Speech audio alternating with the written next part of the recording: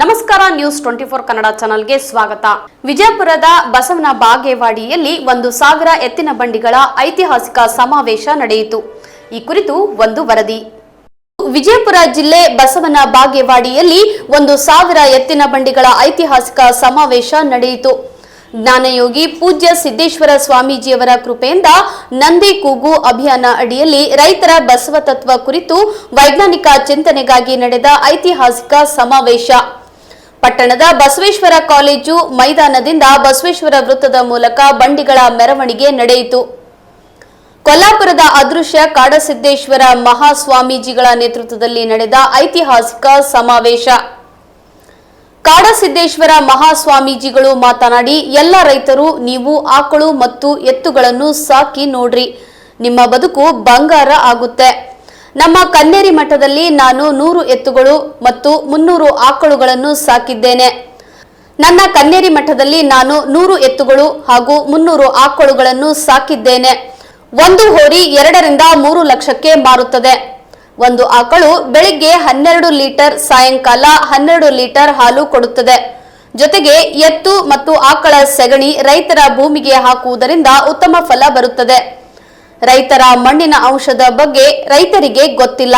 ಸೆಗಣಿಯಿಂದ ವಿಭೂತಿ ಸೇರಿದಂತೆ ಅನೇಕ ವಸ್ತುಗಳು ತಯಾರಾಗುತ್ತವೆ. ಇದನ್ನೆಲ್ಲ ರೈತರು ತಿಳಿದುಕೊಳ್ಳಬೇಕು. ರಾಸಾಯನಿಕ ಗೊಬ್ಬರ ಬಳಸಿ ನಿಮ್ಮ ಭೂಮಿಯನ್ನು ಕೆಡಿಸಿಕೊಳ್ಳಬೇಡಿ. ಆದಷ್ಟು ಸಾವಯವ ಬಳಸಿರಿ.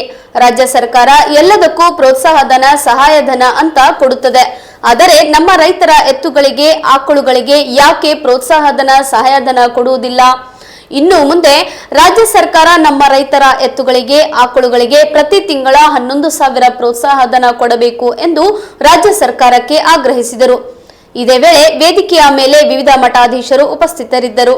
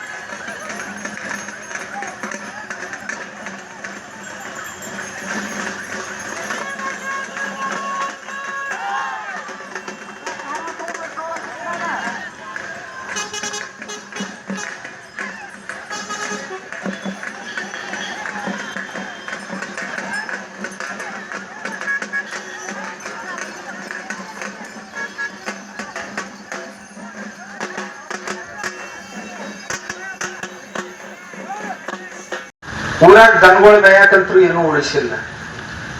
ಇನ್ನು ರೈತರ ಮನ್ಯಾಗಾರ ಕಟ್ಕೊಂಡಾರೇನು ಅಂದ್ರ ಮೊದಲು ಎಷ್ಟಿದ್ದು ದನ ಅಂದ್ರ 1947 ಪೂರ್ವದೊಳಗ 120 ಕೋಟಿಗಿಂತಲೂ ಅಧಿಕವಾದಂತ ಬರೀ ಆಕಳುಗಳು ಇದ್ದು. ಎತ್ತುಗಳನ್ನ ಬಿಟ್ಟು ಒಬ್ಬೊಬ್ಬರ ಮನ್ಯಾಗ, ರೈತರ ಮನ್ಯಾಗ, ಸಣ್ಣ ರೈತನ ಮನ್ಯಾಗ 1 ಜೋಡಿ ಇದ್ರೆ, ದೊಡ್ಡ ರೈತನ ಮನ್ಯಾಗ 4 ಜೋಡಿ ಎತ್ತುಗಳಿದ್ದು. ಅಂತ ಊರುಗಳಾಗ ಇವತ್ತೇನ್ ಪರಿಸ್ಥಿತಿ ಐತಂದ್ರೆ ಇಡೀ ಊರ ಕೂಡಿ 5 ಜೋಡಿನಿಂದ 10 ಜೋಡಿ ಎತ್ತುಗಳದಾವ. ಅವು ಯಾರ ಕಡೆ ಅದಾವು ಅಂದ್ರ ಒಕ್ಕಲಿಗೆ ಯಾರ ಹೊಲ ಐತಲ್ಲ ಅವ್ರ ಕಡೆ ಎತ್ತುಗಳು ಇಲ್ಲ. ಯಾರ ಕಡೆ ಅದಾವು ಅಂತಂದ್ರ ನಾನು ವ್ಯವಸಾಯ ಮಾಡ್ಲಿಕ್ಕೆ 2 ಎತ್ತುಗಳನ್ನ ಇಟ್ಕೋಬೇಕು ಅಂತ ಇಟ್ಕೊಂಡು ವ್ಯವಸಾಯ ಮಾಡುವಂತ ನಮ್ಮ ಅಣ್ತಮ್ಮಂದಿರು ಏನದಾರ ಅವ್ರು ಇಟ್ಕೊಂಡಾರ. ಇನ್ನು ಕೆಲವು ಜನ ರೈತರು, ಸ್ವಲ್ಪ ಜನ ರೈತರು ಇಟ್ಕೊಂಡಾರ. ಆಕಳುಗಳು ಬೇಡ, ಎಮ್ಮೆಗಳು ಬೇಡ, ಎತ್ತುಗಳು ಬೇಡ ಅನ್ನೋ ಸ್ಥಿತಿ ಯಾಕೆ ಬಂತು ಅಂತಂದ್ರೆ, ಒಂದು ಕೆಲಸ ಮಾಡೋರು ಯಾರು ಸಿಗಂಗಿಲ್ಲ ಅಂತ ಒಂದು. ಎರಡನೇದ್ದು, ಇದು ಲಾಭದಾಯಕ ವ್ಯವಸಾಯ ಅಲ್ಲ ಅಂತ 2. ಮೂರನೇದ್ದು, ಇಷ್ಟೆಲ್ಲ ಗೊಬ್ಬರ ತಯಾರು ಮಾಡೋದು, ಹೊಲಕ್ಕೆ ಹಾಕೋದು, ಈ ಗುದ್ದಾಡೋಕ್ಕಿಂತಲೂ ರಸಗೊಬ್ಬರ ಹಾಕಿಬಿಟ್ರೆ ಅಥವಾ ಬಾಳ ಬೆಳಿತೈತಿ ಅನ್ನುವಂತ ಒಂದು ತಪ್ಪು ತಿಳುವಳಿಕೆ 3ನೇದ್ದು. 4ನೇದ್ದು, ನಮ್ಮವರ ಯಾರು ಹಿರಿಯ ಒಂದರ ಸಾಲಿ ಕತ್ತು ಶಾಣ್ಯರಾದ್ರಲ್ಲ ಅವರು ನಮಗ ಭಾಷಣ ಮಾಡಿದ್ರು, ಈ ಕೆಲಸಕ್ಕೆ ಬಾರ ದನಗಳು ಮನೆಯಾಗ ಇಟ್ಕೋಬೇಡ್ರಿ, ಇದು ಅನುತ್ಪಾದಕ, ಇದು ಅನುತ್ಪಾದಕ, ಇದು ಅನುತ್ಪಾದಕ. ಉತ್ಪಾದಕ ಇದ್ದಂತ ಜಾನುವಾರುಗಳನ್ನ ಇಟ್ಕೊಳ್ರಿ, ಅನುತ್ಪಾದಕ ಜಾನುವಾರುಗಳನ್ನೆಲ್ಲ ತೆಗೆದು ಹಾಕಿಬಿಡ್ರಿ. ಆ ಒಣದ್ರ ಕೂಡ ಹಸಿದನು ಸುತ್ತ ಅಂತ ಹಂಗೆಲ್ಲಾನು ಹೋಗ್ಬಿಟ್ಟು. ಒಟ್ಟು ನೀರು ಯಾಕೆ ಭೂಮಿಯೊಳಗೆ ಇಳಿದು ಅಂತಂದ್ರೆ, ಇಷ್ಟೊತ್ತನ ಅವ್ರು ಹೇಳಿದ್ರಲ್ಲ ವಿಜ್ಞಾನಿಗಳು, ಮಣ್ಣಿನಾಗ ನೀರು ಹಿಡಿದಿಡುವಂತ ಸಾಮರ್ಥ್ಯ ಇರ್ಬೇಕಾಗಿತ್ತಲ್ಲ, ಅದು ಇಲ್ದಂಗಾಗೈತಿ. ಅಂದ್ರೆ ಸಾವಯವ ಇಂಗಾಲ ಅಂತ ಮಣ್ಣಿನ ಕಣಗಳಿಗೆ ಕಣ ಕೂಡಬಾರ್ದು, 2ರ ನಡುವ ಪಳ್ಳ ಇರ್ಬೇಕಾಗಿತ್ತು. 1 ಕಿಲೋ ಮಣ್ಣು ತಗೊಂಡ್ರಿ ಅಂತಂದ್ರ ಅದು ಏನೂ ಇಲ್ಲ ಅಂತಂದ್ರು 200-300 ಮಿಲಿಲೀಟರ್ ನೀರನ್ನ ಹಾಕಿದ್ರೆ ಹಿಡ್ಕೊಂಡು ಇಟ್ಕೋಬೇಕಾಗಿತ್ತು. ಬಿಡಬಾರ್ದು, ಅದು ಹಿಂಗ ಹಾಕಿದ್ರೆ ಮಣ್ಣು ಹಿಡ್ಕೊಂಡು ಇಟ್ಕೋಬೇಕು. ಈಗೇನಾಗಕತ್ತೈತಿ, ಮಣ್ಣು ನೀವು ತಾಟ್ನಾಗ ತಗೋರಿ, ಅದ್ರಾಗ ನೀರ್ ಹಾಕಿದ ಕೂಡಲೇ ಕೆಳಗೆ ಹರಿದು ಹೋಗ್ಬಿಡ್ತಾರೆ. ಅಂದ್ರ ಮಣ್ಣು ಎದಕ್ಕೂ ಕೆಲ್ಸಕ್ಕೆ ಬರುದಿಲ್ಲ ಅಂತ ತಿಳ್ಕೊಬೇಕು. ನೀವು ಇದೇನು ಬೆಳೆಯಕ್ ಬರುದಿಲ್ಲ, ಇದು ಬರ್ಲಿಕ್ಕೆ ಯೋಗ್ಯ ಅಲ್ಲ ಅಂತ ತಿಳ್ಕೊಬೇಕು.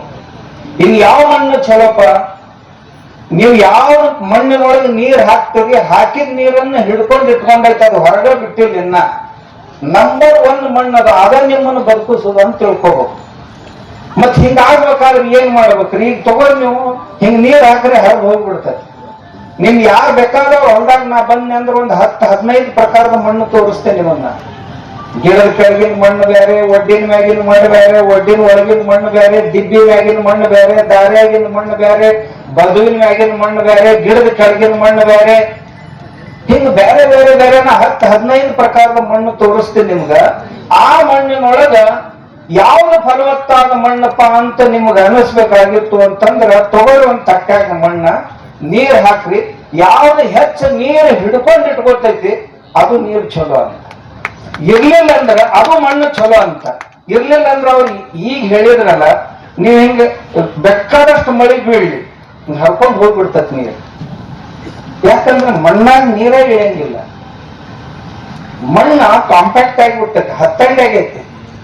ಯಾಕೆ ಹತ್ತಂಡಿ ಅಂತಂದ್ರೆ ಆ ಮಣ್ಣಿಗೆ ಬೇಕಾದಂತ ಯಾವ ಸಾವಯವ ಘಟಕಗಳು ಅಂತ ಏನಂತೀವಿ, ಬಯೋಮಾಸ್ ಅಂತೀವಿ, ಅದು ಏನೂ ಸಿಗೋಲ್ಲ.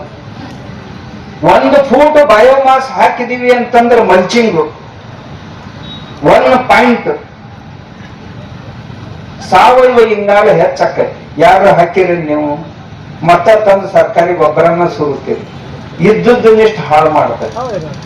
ಈಗ ಎಲ್ಲಿಗೆ ಬಂದೈತಿ ನಮ್ಮ ಸ್ಥಿತಿ ಅಂತಂದ್ರ, ನಮ್ಮ ಭೂಮಿಯೊಳಗೆ ವಿಷ ಹಾಕಿ ಬೆಳೆಯೊಳಗೆ ವಿಷ ತಗೊಂಡು, ಆ ಬೆಳೆಯನ್ನ ನಾವು ತಿಂದು ವಿಷ ತಗೊಂಡು ಸತ್ತು ಹೋಗ್ಲಾಕ